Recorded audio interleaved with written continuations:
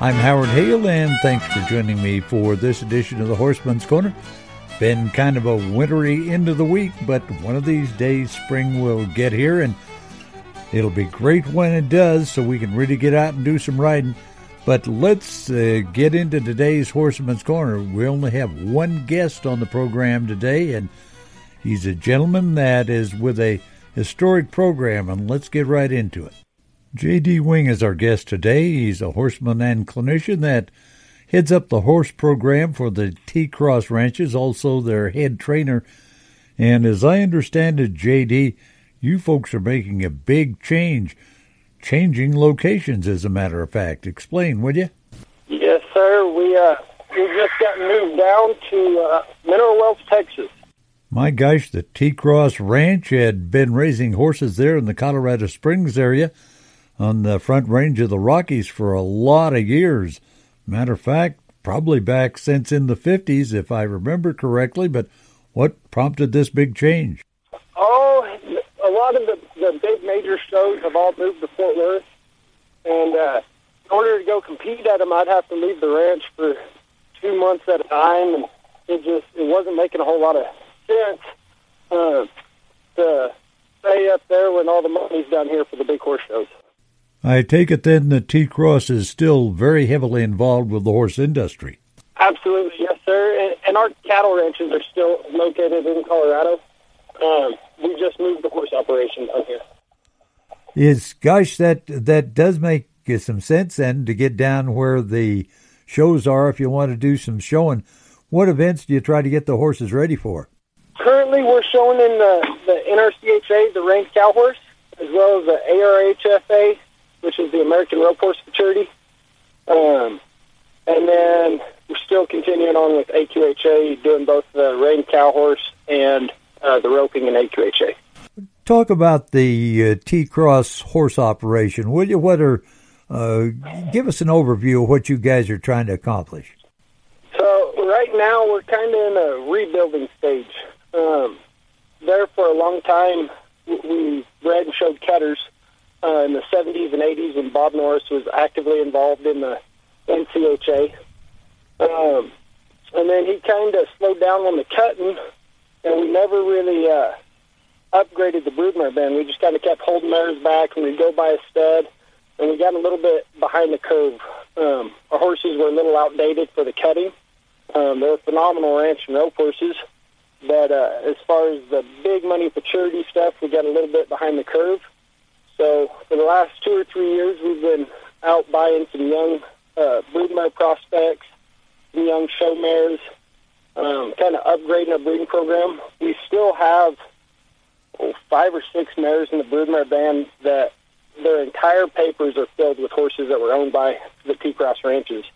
So, I mean, we still have our foundation bloodlines, but we're also trying to get some of the modern blood from the NCHA and NRCHA. Try to produce some really, really good performance horses that still have the bone and the foot and the mind that we can go use them outside. Yeah, and that sometimes can be a challenge, can't it? Trying to get the horses with that foot and bone that you need. Absolutely. It's dang sure a head scratcher, and we spend a lot of time studying pedigrees, finding the stuff that consistently produces the bone and foot that we're looking for, as well as the minds, and then also looking at the individual. You know, we're not going out and buying full siblings and hoping. We're going out and buying great individuals that present the characteristics we're wanting. What are some of the bloodlines that you're trying to get in that broodmare band? So right now I have 2 3-year-olds that I'm going to be showing at the Snuff Bit Futurity that will eventually go to our broodmare band. One is by Smooth Talking Style. I have a Doc Stylish Oak mare, a really, really good Doc Stylish Oak mare that won $300,000. This mare's full sisters in the Don Banuelos' program and has won a whole lot in the cutting pen, and we're hoping this mare's going to go on to do really good in the Rein Cow Horse. I have a Once in a Blue Boon out of a Dual mare named, the Dual mare's name was Thimble Ray. She's been a phenomenal producer in the cutting pen. Once in a Blue Boon, of course, has been a great stallion across all the the major maturity events, and he produces that size and the bone that we're looking for. We have some traveling Jones, some wild-haired cats, a little bit of everything. We're not trying to block ourselves in a corner. We're trying to kind of open everything up and grab everything that we like, trying to get a little bit of. What are you using on the stud side of the equation? For the stud side, we have our resident stud, which is Cowtown's cat. He's an own-son, a highbrow cat. And then, and that stud's been phenomenal for us. He's in the top 10 of the ARHFA sire list. His foals have had very limited showing and have done phenomenal. I've won 3 world championships in the last 3 years on his babies. And then our young stud coming up is a Spots Hot out of a Smooth as a Cat mare called She's Twice as Smooth. That colt has done really, really good. We had a little tough luck at the Alphabet Maturity this last year. But I feel like he's going to have a great year this year in the roping pen, and then we'll return back to the cow horse pen his 5-year-old year. And then on the 2-year-old front, I have a dual smart ray out of a wild-haired cat mare. And that colt is an exceptional individual, and we have really high hopes for him. Hey, talk about some of your background, would you? How you got to the point where you're training horses for T-Cross? Yes, sir. I grew up in the North Texas area. Both my parents were horse trainers and ranch managers for some pretty prominent horse breeding programs down here. And I went to school at Vernon College, to rodeo. And while I was at Vernon College, being a typical college kid, I needed to make a little extra money.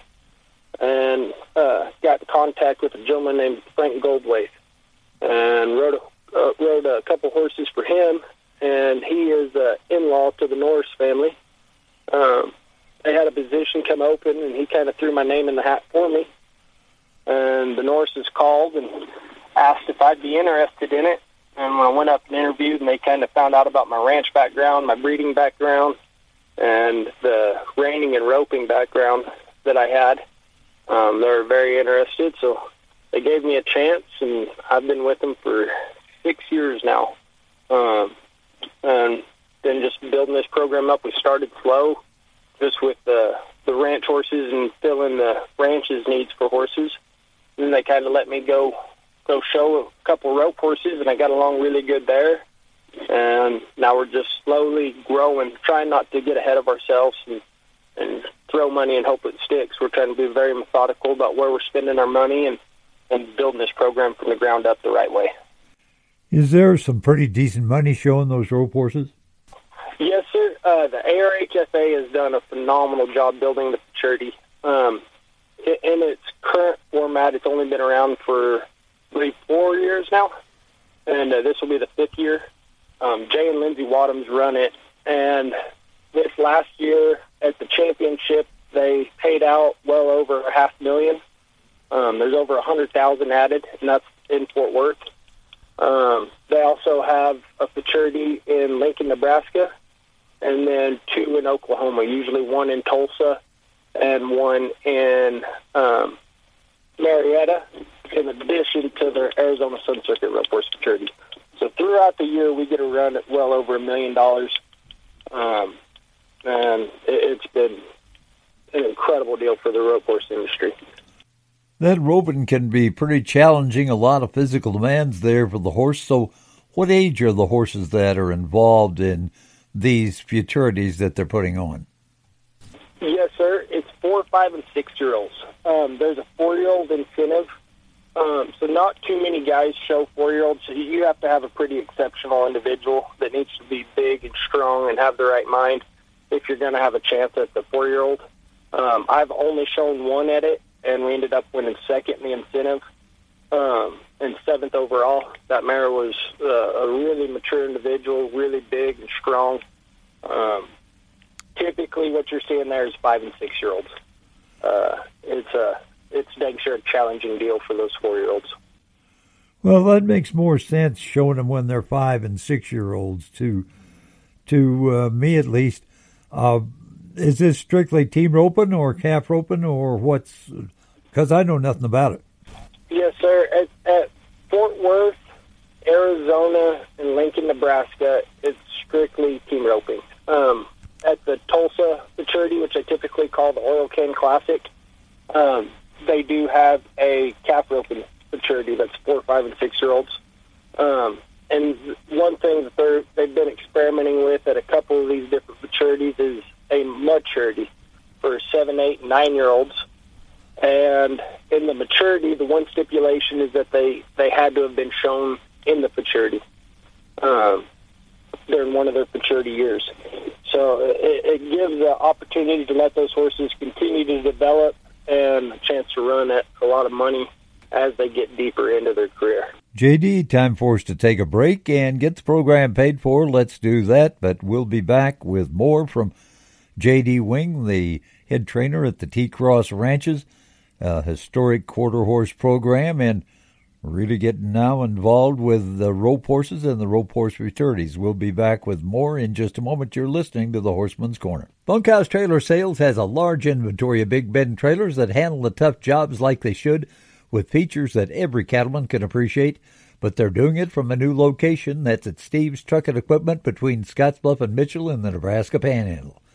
If you can't stop by, give them a call at 308-623-9955 or check them out at bunkhousetrailersales.com, bunkhousetrailersales.com for your next stock or horse trailer, including the tough, practical, cattleman-friendly Big Bend trailers. And you can find out more about those Big Bend trailers and Bunkhouse Trailer Sales by going to horsemanscorner.com. That's a darn good place for you to go if you're looking for a good horse to buy, or if you're looking for some other really good interviews with people involved in the horse industry. So it's one that you ought to keep in mind, horsemanscorner.com. Great place for you to visit, and why don't you do that today? horsemanscorner.com. Welcome back to the Horseman's Corner. I'm Howard Hale, host of the program, and our guest on the program today is J.D. Wing, the head trainer and also leading the breeding program at the T-Cross Ranches that have now moved down to Texas. So let's continue our conversation with J.D. J.D., it seems like this rope horse deal is something that you really enjoy and really enjoy training those horses. Yes, sir. That's kind of my heartbeat. That's what makes me get up in the morning, is getting on a good rope horse and going in Healing Steers or really good head horse. The cow horse I love, I enjoy. It's kind of a new thing for me. I grew up riding some cutters. I grew up riding reiners, but never really got into the cow horse. And part of it was just the size of the cow horse. The cow horse is just now turned on in the last 6 or 7 years. And especially in the last 3 years since they moved the snaffle bit maturity to Fort Worth. It's really grown, and that's what kind of sparked my interest back in it. But the rope horse stuff is what I live for. Well, let's talk about training and developing those rope horses. Give me some of your philosophy of working with that rope horse, would you? Yes, sir. So when we're trying to develop a rope horse, it's coming from the ground up. So typically they're 2-year-old year. I treat them the exact same as a reiner or a rein cow horse or a cutting prospect. We're getting them broke. We're not worried about roping at all. It's usually same for the 3-year-old year. We're getting them truly broke. I'm not getting just enough buttons on them that I can get in an arena and kind of gee and haw over to the cow and hope they follow it. We're getting hip control and rib control, shoulder control, getting those horses where they can run and stop, where they're between my bridle reins or soft in the face. And then once I have them really doing some stuff, then I like to give them a break and I take them outside. We'll use them on the ranch. We'll drag calves, we'll doctor cattle, we'll ship cattle, we'll sort in the pens, and give them a job. By the time they're 4, that's when I typically start roping on them. Some point during the 4-year-old year. And once I've been exposed to everything on the ranch and they've been used and they were broke to start with, the roping comes so natural. Usually 10 to 14 days of roping on one that's truly broke and been used outside.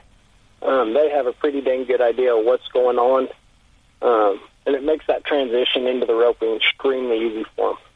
J.D., what are some of the things that you do to keep those rope horses quiet in the box? Because that can be a real challenge. I think think a lot of it has to do with all the ranch work they've encountered. I mean, to me, one of the most high-pressure situations is stripping calves or pulling dry cows in the working pens. So when they get around all that commotion and cattle pushing on fences and bellowing and it's loud and it's dusty and there's people riding around and cattle leaning on them, once I add them to the box, it seems to be a pretty easy transition because it's not the highest pressure situation they've ever been in. And then I never let a horse get bad in a box. I think a big mistake a lot of people make is they let their horse act up first, and then they try to score. I try to be ahead of the curve and let those horses move around in the box, get comfortable in the box, always know they can leave the box going forward. I never allow them to lean left or right in the box. It's always going straight out the front. And if I can stay ahead of them, and when I feel one go to get a little nervous, release that pressure before they act out and try to find a way out, it seems like I can always keep them quiet and gentle in the box before there's ever an issue. JD, do you score quite a few cattle? In other words, do you let quite a few out of the chute without ever taking your horse out of the box and chasing them down? Yes, sir, especially on the older horses. I don't run very many steers once a horse turns 5 or 6 years old. I'll go to the roping pen, and we'll run probably 10 to 15 steers in our typical set, and I usually have 2 or 3 different sets of steers. I'll have some slow trainers and medium and fast steers. So out of that 10-steer set, I usually rope 3 to 4. If my horse is just perfect on the first one, I'll get off of them. And then we'll score the rest of them. So if I'm running 3 or 4, I'm scoring 6 or 7. And that's every time we go to the pen. And I try to get them to different arenas. The more I can go over to my friends' places and rope and score them a lot at a friend's place, that seems to do more for them than just about anything. Makes a lot of sense to me for those horses to be a little older before you go to roping on them. But as far as your preference, do you prefer to rope the heads or the heels, or does it make any difference to you? You know, there for a long time, all I ever wanted to do was heel. And I think it's because I grew up heading a lot. But now that I get a heel a lot, I really get to enjoy getting on a good head horse. Nobody has any fun riding a head horse that wants to act up in the box or duck or do something bad. But when you can get on a good head horse, it might almost be more fun than heeling on a good heel horse. Let's talk about the head horses a little bit. What are some of the common mistakes that you see people making with that head horse? A lot of it is asking too much of those horses. One of my good friends is Trevor Brazil, and he is hands down the king of the Cowboys. That guy is incredible with the head horse. He's incredible with any kind of rope. And the way he has his head horses working works phenomenal for him. What a lot of the public misses is those are 1 in a million type horses. Trevor just happened to have a barn full of them. So they see his horses really shape up, and they'll have their head to the right a little bit, and they really use that back left leg, really drive across the arena. There's not many horses in the world that can do that time and time again.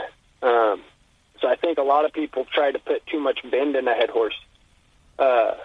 Most head horses need to work straight. They need to run straight to the cow, be running parallel to the cow.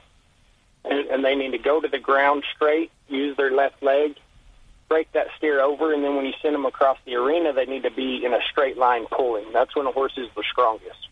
So I think a lot of times people are trying to just put way too much shape in a horse that can't handle that much shape. And that's when you end up getting horses that are ducking and really leaning and maybe getting pulled down the pen, creating a downstream corner, and that's terribly hard to heel those steers. When you can really take a hold of a steer, make that steer make a very precise switch, and then those steers hop away from your heeler, their catch percentages are going to go way, way up. Well, JD, for some of the people listening, the only time they see team roping horses when they're watching the NFR, and that's a little different ball game, isn't it? You don't want that head horse working the way they do it necessarily in the NFR, do you? No, sir. The other thing is those steers at the NFR, they're perfectly broke in. Those steers get broke in by the best team ropers in the world, and they're going to show up at the NFR having 8 to 10 runs on them. So those steers are, I mean, that head rope hits them, and they more or less just want to follow a head horse around.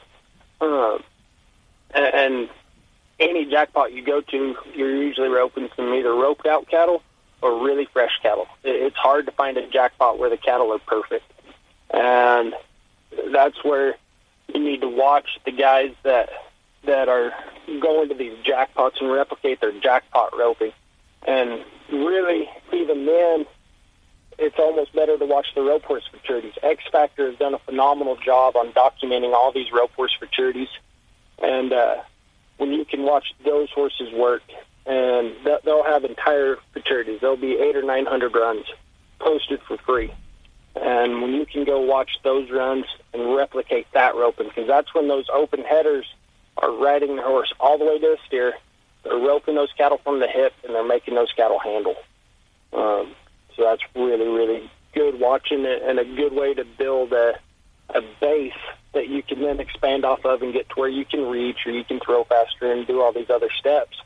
But the key is to have that base and have your horse have that same base where they can go in there, your head horses drag their left leg, your heel horses keep their inside shoulder picked up, and those horses are working correctly. Okay, let's then transition over to the heel horse side of the equation. What are you looking for there? What are you trying to get done there? So I don't like to pull on heel horses. I think if you have to pull on your heel horse, your tip's going to come up and it's hard to rope. I'm very, very limited on talent when it comes to roping, and I'm having to go compete against all these open guys, NFR qualifiers, AQHA world champions. So I had to figure out a way that I could consistently rope cattle. And for me, that was using my horse and training my horse to do everything they needed to do in the run to where all I had to focus on was the feet. And for me, that is my horse stand flat-footed in the box. I want to leave the box when I want to leave. I don't ever want those heel horses to pull me out of the box. I want to be, when I drop my hand, they go just the same as a head horse. I want that horse to run straight down the pen and keep their width. And when that head rope cracks on, in my mind, the situation I use to replicate it is an exhaust brake on a truck. I want that horse just to idle down right there. And I want it to be smooth to where it's helping me stay at the front of my saddle. My horse keeps their shoulder picked up. And I want to be able to see that steer all the way through there without me having to pull on that horse. That horse should just stay back. And then once that steer lines out and he's hopping, I want that horse to accelerate again, drive all the way up into that steer, keeping their shoulders up, hit their butt, and be strong when I go to the saddle horn. And in theory, it sounds like it's a pretty difficult deal, but a horse that idling down in the corner creates so much room for your horse to be able to move and you be able to put your horse where it needs to go. And that all goes back to that horse being broke before we ever started roping on him. I don't pattern my horses. I teach my horses to react to the cow, just the same as a cutting horse or a ring cow horse. Okay, it's time for us to take our second break of the program, but let's get that done, and then we'll be back with more on these rope horses with J.D. Wing. Really interesting that there's the kind of money that there is up in these futurities, and of course some of these rope horse jackpots, there's a ton of dough there. So we'll continue with the Horseman's Corner in just a moment, and J.D. Wing, you're listening to the Horseman's Corner. There's only one reason to have a website or a Facebook page for your business, and that's to let people know you are in business and to bring people to your business, make them familiar with it on a basis that makes them want to work with you and do business with you. If that website or Facebook page doesn't get found, doesn't do you a darn bit of good. AgSearch.us is our newest search engine for agriculture that will make that agricultural website or Facebook page a lot easier to find. Bring more people to your doorstep with the idea that they may be willing to do business with you. That's agsearch.us. That's our newest website, and it's advertised on radio stations from Texas to Montana. agsearch.us. That's easy to remember, agsearch.us. So it'll be easy to find. agsearch.us. Visit today. Okay, years ago, I heeled on a cutting horse. The mare that had been a cutting horse was about 9-10 years old before I started roping on her, and she was just like a machine. She just naturally put you where you needed to go. Yeah, but a lot of it, but yeah, she was broke. Yes, sir. Yes, sir. And that's what it comes back to. The horses need to have a solid foundation, a solid base before we ever go to roping. I mean, we have the term J.D. Gates uses a lot is roping's hard enough. Why do we try to make it harder? And the better trained our horses are, that's how much easier our job gets when we go to rope. So are you finding then that the horsemanship and the roping pen is getting a lot better than it used to be? It absolutely is. There's so many great resources. I mean, we have the Team Open Journal that's putting out articles every month, talking to all these different open ropers and trainers, and then we have X Factor that's doing a lot. There's in the cutting side of it, and I'm seeing a lot of people going to these cutting and cow horse guys for help, and that's where we have the Cutting Horse Online and Rein Cow Horse Training Online. That are just great resources, constantly uploading videos from the top trainers. And it's just these little clips, these 10, 15-minute long clips talking about one thing. And there's such a wealth of knowledge out there just being given away that there's no excuse not to be taking advantage of it nowadays. Do you feel it's important that you really get along with that horse? And in other words, do you give, how do I want to phrase this? Natural horsemanship is something that's in vogue, and that's trying to, theoretically, trying to get along with that horse.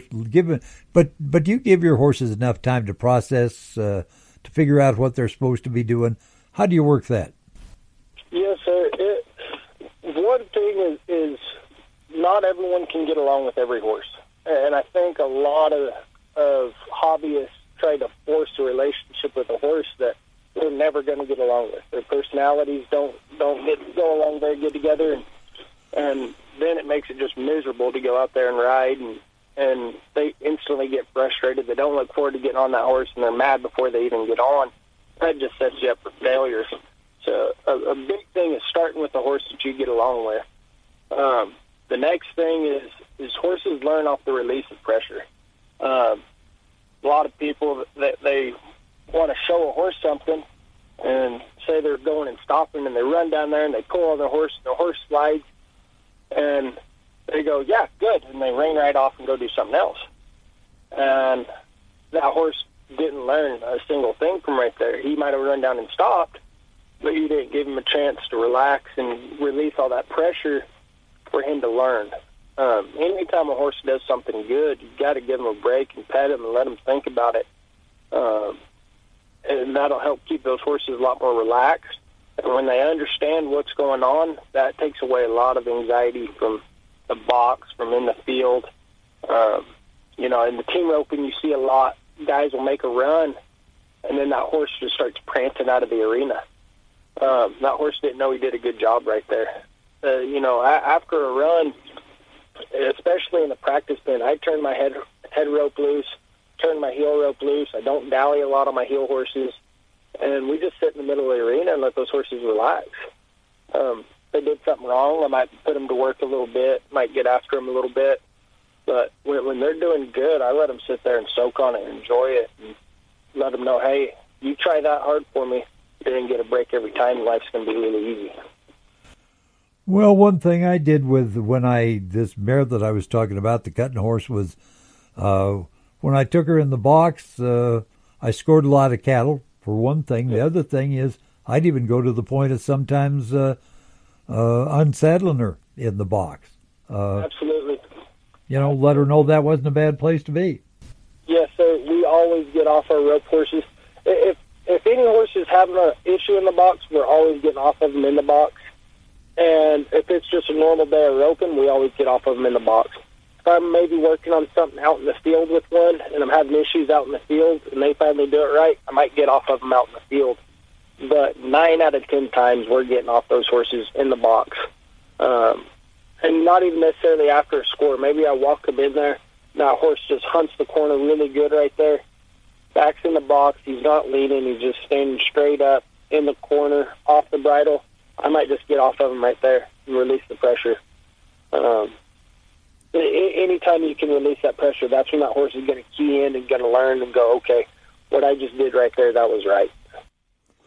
Hey, let's talk a little bit about some of the equipment that you need to keep that horse comfortable. You have to be very cognizant of having good equipment for your horse, don't you? Absolutely. I was guilty of it as anyone when I was younger and didn't have a whole lot of money. I just would have a saddle and get by with it, and never really worried about how my saddle fit my horse or anything like that. And then I had all these issues coming up. My horse would quit stopping. My horse would get hot in the box. My horse would duck in the arena. And once I started really spending time to learn about what a proper fitting saddle was, what the correct bridle was, how to properly adjust my tie down, that's when that fixed a lot of the problems I was having in horses. It wasn't a training issue, it was a comfort issue. And nowadays there's so many people out there making great saddles for all different price ranges. I'm riding some Faiths. A Faith is unattainable for a lot of people. It's a long wait. It's a high base price. They're incredible saddles, though. I'm also riding some Lance Horner saddles. Lance is a guy that's out there making a really good saddle that is extremely affordable. The guy I'm working with, kind of designing my own line of saddles, is Taylor Meeski. He's in Colorado, and the guy's building an incredible saddle. But once again, it's that's an expensive saddle. You're looking at $3,500-$4,500 base price, and it just goes up from there. The prettier you make it, where you can get into Lance Horner for in the $2,000 range, and a lot of people go, "Wow, that's a lot to spend on a saddle." Well, how many times do we go to a U.S. Open and put $2,500 up in fees, and our horse ducks or breaks a barrier or gets mad and puts us in a bad situation where we don't have a chance to win?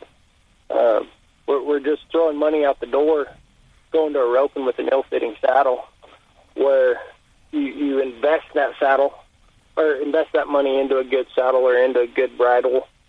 Now you're investing in your future, and when we have a chance to run at $250,000 at Vegas, to me that's a good investment.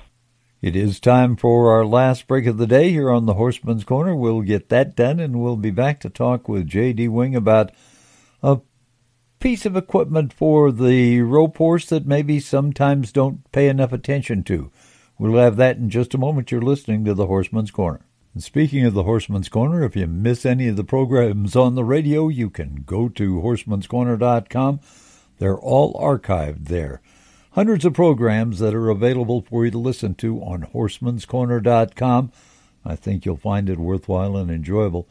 And if you have a business, good place for you to advertise. If you're looking for anything involved with horses, good place for you to go visit. horsemanscorner.com. Take the time to go there today. Welcome back to the Horseman's Corner. I'm Howard Hale, host of the program. My guest today is J.D. Wing, the head trainer for the T-Cross Ranches, and here's the last segment of today's program with J.D. And there's so many different options and trains of thought. I ride all classic equine, but not just one kind. I ride their zone pads. I ride their ESP pads. I ride some of their just felt pads. And that kind of all depends on what your horse's back looks like and how your saddle fits him. And that's where, if you don't have the knowledge of it, reach out to someone who does. You can always tell when someone's riding nice equipment and their saddle fits good and their horses are in good condition and they look well taken care of. if you have any questions, go ask that person. I mean, 99% of the time, when you go talk to someone, any of it, at the ropings, at the cuttings, at the cow horse, everybody's willing to share their knowledge. So don't be scared. If you don't know what a proper fitting saddle is, don't be scared to seek out someone that'll help you show you what a good fitting saddle or good saddle pad or boots or bridles or how to adjust your tie down or anything like that. JD, you also put on some clinics from time to time. What are you trying to accomplish there at the clinics that you put on? I'm trying to help the horses. You know, I heard Chris Cox say that one time. He goes, you know, I'm not here for the people, I'm here for the horses. That really resonated with me. The bad horsemanship affects horses more than it affects people. So any way that I can show you a better way to be around your horse to create a better experience for you and your horse, I'm happy to do it. You know, horses are they're incredible creatures, and they've done so much for me. The horses I've had have done so much for me as far as my career and making my livelihood off of it, and people I've got to meet, experiences I've had. Anything I can do to kind of pay it back to them is something I'll always do. Hey, do you find sometimes that people will try to fit a square peg in a round hole? In other words, maybe sometimes try to get something done with the horse in an event that he's not suited for? Absolutely. Vast majority of the time.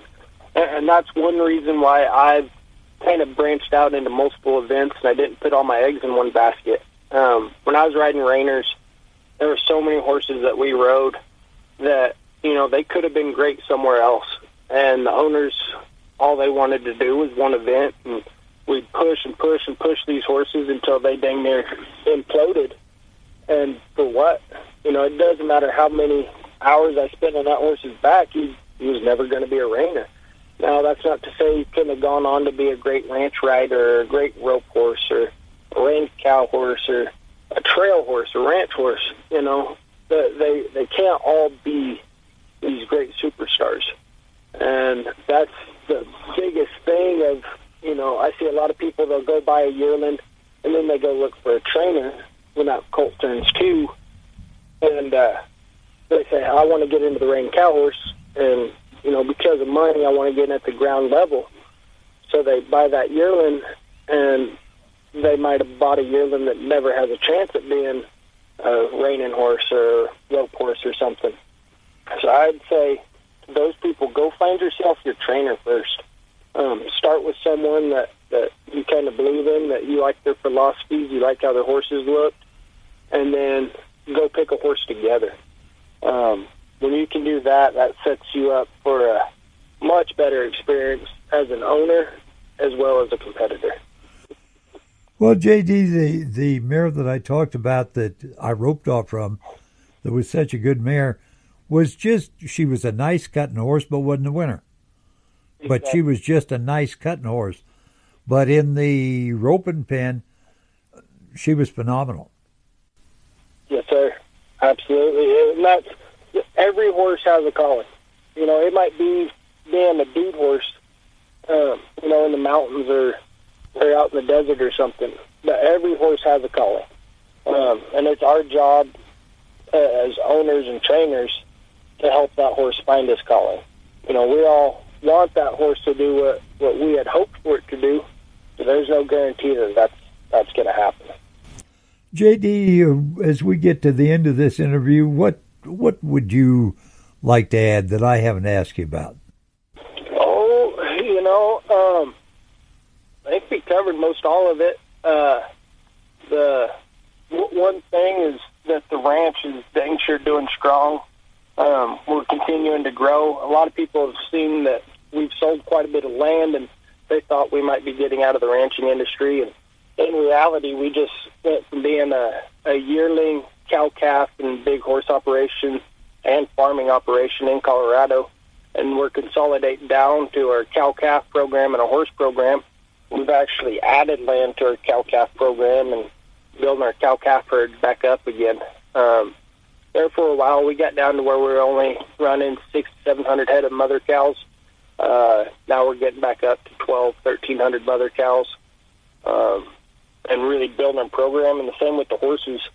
You know, I sold quite a few horses right before our move, and a lot of people thought we were having a dispersal, and had to kind of clear that up a little bit. We were just getting down to the horses we wanted to continue our program with, and with the major change in direction we had in the program, there was a couple hard horses that we had to sell that had been through our program for a long time, but they just weren't lining up with the goals we were headed towards. And we're going to be back bigger and better than ever here in the next few years. Well, this is interesting. Gosh, I hope you like it down in Texas. I'm sure you will. Yes, sir. Yes, sir. We're excited to be down here. We have a great facility, and if anybody's down in Mineral Wells, feel free to give us a call and stop by. We'd love to show you our horses. Hey, how's the weather been treating you guys down in that part of Texas? It has been beautiful. We've been getting quite a bit of rain. Everything's green. Today it's going to be almost 80 degrees. There's a slight breeze. It's perfect right now. We're loving it. We're not looking forward to July or August just yet, but we're loving the current weather. Hey, what did you take all your horses down to Texas? Yes, sir. Yeah, we brought 52 head of horses down here, and that was quite the undertaking. We had 2 weeks to get moved, and we had to call in a lot of favors to a lot of friends, but everything went smooth, and we have our babies hitting the ground now. We had our first foal about 10 days ago, and we have one mare that's about to foal any time now. Feel bad for her. She looks like she's about to pop, so hopefully she lays down and has that baby in the next day or two. Hey, JD, one thing that I didn't ask you about, when you work those horses, when the horses are working on the ranch, some of the ranch hands then have that horse and not you. Is that correct? Yes, sir. Yep. We'll rotate horses through some of our ranch hands and let them go get some experience. When I was living in Colorado, I spent a lot of time at all of our cattle ranches. I was only 30 minutes down the road from our cow-calf operation. I was across the road from our farm, and that's where we calved out all of our heifers. Now that I'm down here, I've already been reaching out and getting some day work lined up where I can still get these horses outside on a regular basis. Like I reached out to Miles Baker. We're going to be going and helping him quite a bit. And, but he's a little farther away, so I can't just go on a daily basis up to his place. But we'll go to all his brandings, and anytime they're shipping cattle. And there's quite a few guys right around us that run 100 to 200 head of cows, and we're getting lined up where we can still take these horses out there just on a weekly or monthly basis, just getting them outside and letting them see the country and relax and taking all that arena pressure away from them. Now, some of those ranch hands that did some work with the horses, did you work with them to develop their horsemanship? Absolutely. They spent a lot of time coming down to the ranch and roping with me, and then when I was out there, they'd just ask questions even on their own horses. We allowed them to have a couple of their own, and then we'd send them quite a few horses. And they were always picking my brain on, what do we do here, what do we do there. And, a big part of when I sent horses out to them was I didn't really want them to try to train on them. I wanted them just to use the horse. Just go get the job done and do what you need to do to get the job done. But don't be messing with their face or turning them around or running and stopping them. Just go use the horse. You know what? Okay, you brought up one thing that maybe we ought to talk about just a hair. Sometimes people will, let's say, stopping a horse, reining a horse. We'll use that as an example. Boy, that horse can really stop and spin, and people have so much fun doing it that maybe sometimes do they do it more than they should. Absolutely. My horses in a trade-in program, I have 3 days. I work on 3-day segments. So, like for the rein cow horses, I'll do 3 days of reining, 3 days of cutting, 3 days of going down the fence, and then it starts back over. My horses always get Sundays off, so they'll work for 6 days on 2 events, day off, 6 days on 2 events. And then broken down into the reining, I'll work on some circles and stopping. And then the next time reining rolls around, it'll be turnarounds and lead changes. And a big part of that is to give those horses a break from it. Now, when we go down the fence, the horse has to stop and all that. So it's not like they never stop in between there. But the fastest way to make a horse quit stopping is to stop them a lot. Today was a raining day for us, and we were stopping horses. My 3-year-old, I fenced her twice. I said whoa to her twice, and I got off of her. So she did 4 sliding stops, and she was done. My Derby horse, that's a 4-year-old stud, that horse got fenced twice both directions, so there was 4 stops, and I said whoa to him twice both directions, so he stopped 8 times. I got off of him. Yesterday, he only stopped twice. He stopped correct, so I got off of him. So that's a big thing. Is I know it's fun and everybody enjoys it, but it's hard on them, and that's where we got to protect them. We have to make sure they're in good shape. Got to make sure we have them on good ground, and do everything we can to help preserve those joints. J.D. Wing, a young man that heads up the horse breeding program at the T-Cross Ranches, historic T-Cross Ranches. Used to be at Colorado Springs, Colorado. Now they're located down in Texas. Interesting move and some interesting reasons for making that move. J.D. is also the head trainer for them, so really has a lot to do with that historic T-Cross program. And as far as the Horseman's Corner goes, what's coming up in the future? This rope horse thing is really becoming a big deal. And so I'm going to try to get some more information here on the Horseman's Corner about those rope horse futurities.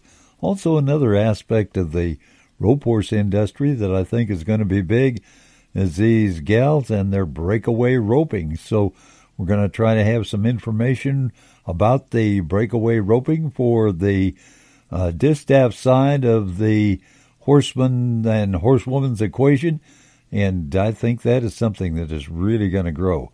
So we will try to have some information there. Well, good to have you folks along with us on the Horseman's Corner. I enjoy doing the program. Hope you folks enjoy listening to it as much as I enjoy doing it. So it is time to close it out. I'm Howard Hale, host of the show, and I'll say goodbye. May God bless. See you next week. Same time, same place.